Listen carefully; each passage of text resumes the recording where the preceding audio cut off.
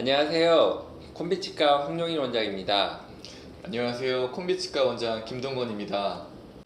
오늘은 앞니와 어금니 신경치료에 대해서 알아보려고 합니다. 원장님, 앞니와 어금니 신경치료는 어떤 경우에 하나요? 일단 둘 다 크게 충치가 심할 때 신경치료를 해야 돼요. 또는 치아가 깨졌을 때 신경치료를 하죠. 근데 앞니와 어금니가 좀 구별되는 점은 앞니는 또 하나 우리가 어디 부딪히거나 넘어지거나 즉 외상에 의해서 다쳤을 때도 신경치료를 좀 하게 됩니다. 그런 좀 차이가 있죠. 원장님, 그러면은 앞니와 어금니 신경치료 할 때 뭐 공통점도 있고 차이점도 있을 것 같은데 그거에 대해서 말씀 한번 해주실까요? 우선 공통점에 대해서 말씀을 드리면은 이제 전체적으로 치료하는 방법이라던가 아니면 치료할 때 사용하는 도구 같은 거는 똑같습니다.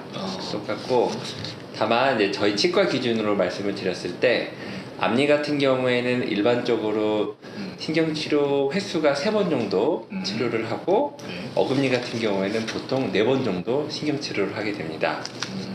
그리고 앞니는 어금니와 다르게 치아 뿌리가 하나이거나 아니면 치아 뿌리 구조가 간단하기 때문에 치료할 때 뭐 통증이라던가 그리고 치료 후의 결과가 어금니보다는 조금 더 좋다고 할 수 있습니다. 그러면 앞니가 신경치료 횟수가 어금니에 비해서 더 적은 이유도 해부학적으로 더 간단하기 때문인가요? 그것도? 그쵸. 어금니 같은 경우에는 일반적으로 뿌리가 최소 2개에서 3개, 많게는 4개 정도 있고 또 뿌리 안에 해부학적인 구조가 좀 더 복잡하기 때문에 신경치료를 할 때도 어렵고 하고 나서도 결과가 앞니에 비해서 어금니가 조금 더 안 좋은 경우가 간혹 있습니다. 또 앞니는 어금니와 달리 이제 보이는 치아이기 때문에 신경치료 할 때 있어서도 더 어떤 심리적으로 고려할 게 있을까요? 그런 것도? 그쵸. 우선은 이제 신경치료를 하고 나면은 앞니든 어금니든 간에 대부분의 신경치료가 끝나면 크라운, 즉 네. 이를 씌워주게 되는데 앞니는 이제 눈에 보이는 치아이기 때문에 되도록이면은 이제 크라운 재료 중에 이제 심미적인 재료, 네. 즉 하얀색 크라운을 많이 하는데 뭐 하얀색 크라운으로는 일반적으로 올세라믹이거나 네. 아니면은 뭐 지르코니아 이런 재료를 사용하고 어금니는 이제 심미적인 것도 중요하지만 이제 씹을 때 강한 힘을 받기 때문에 주로 이제 강도가 좀 더 강한 재료를 사용하는 것 같습니다. 맞아요. 저도 여기에 대해서 좀 한마디 덧붙이면은 앞니 같은 경우에는 크라운을 했을 때 예전에는 이제 PFM 재료도 많이 썼었잖아요. PFM은 그 금속 위에 하얀 거 있는 거 말씀하시는 거죠? 맞아요. 예. 근데 그걸로 해놓고 보면은 PFM 재료 특성이 이 투명도가 떨어지고 색이 탁하고 또 잇몸에서 검은 게 비쳐 보이고 이런 특성이 있기 때문에 이게 이쁘지 않더라고요. 근데 맞아요, 요새는 네. 재료가 많이 좋아져서 올세라믹을 하면은 훨씬 PFM에 비해서 이뻐 보여서 올세라믹이 진짜 좋은 것 같아요. 하긴 그 저희도 이제 진료를 하다 보면은 이제 예전에 한 10년, 15년 전에 네. 앞니 치료하셨던 분들께서 네. 이제 잇몸 부분이 까매 보인다고 이게 뭐 충치가 아니냐고 이렇게 문의해 주신 분들이 종종 계시는데 대부분 그런 경우에는 우리 김 원장님께서 말씀하신 것처럼 그 PFM이어서 그 금속 부분이 이제 까맣게 보여가지고 환자분들께서 간혹 오해하시고 이렇게 오시는 경우가 종종 있습니다. 네. 자, 다시. 먼저 앞니는 그런 식으로 하면 될 것 같고 어금니 크라운을 할 때는 그런 어떤 재료적인 뭐 추천 재료라든가 고려할 거라든가 그런 거에 대해서 말씀해 주실까요?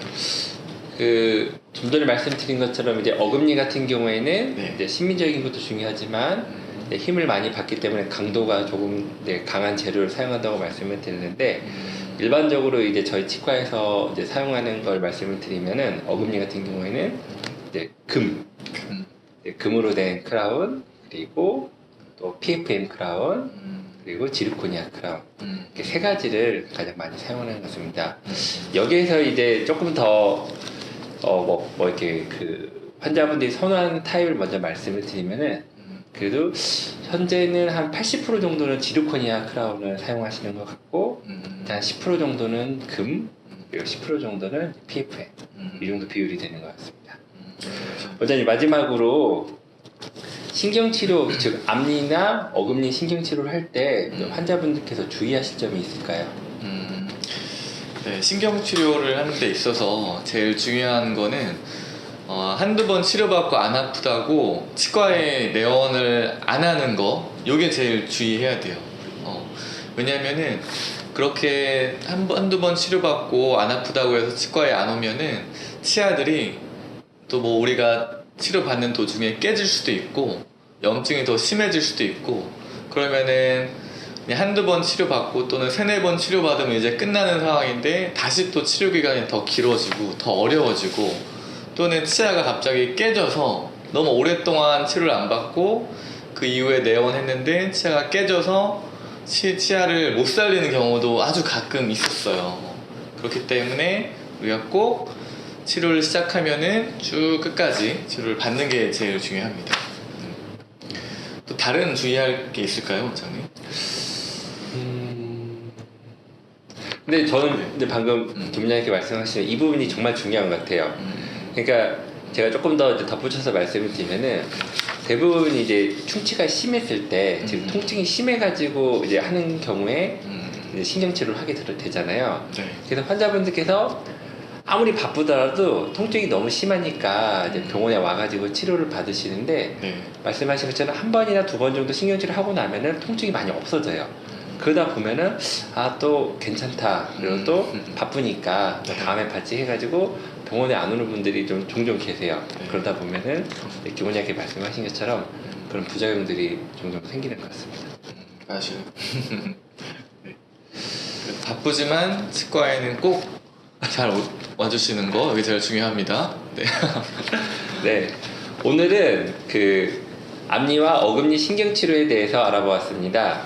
이 영상을 보시고 그 저희가 이제 말씀드린 거 이외에 보다 궁금한 내용이 있으시면 그 댓글을 남겨주시면 저와 김 원장님이 확인하고 추가로 이렇게 알려드리도록 하겠습니다.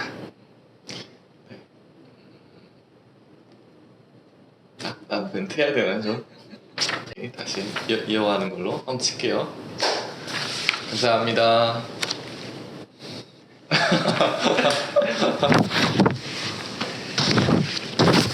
사람 같아. 네.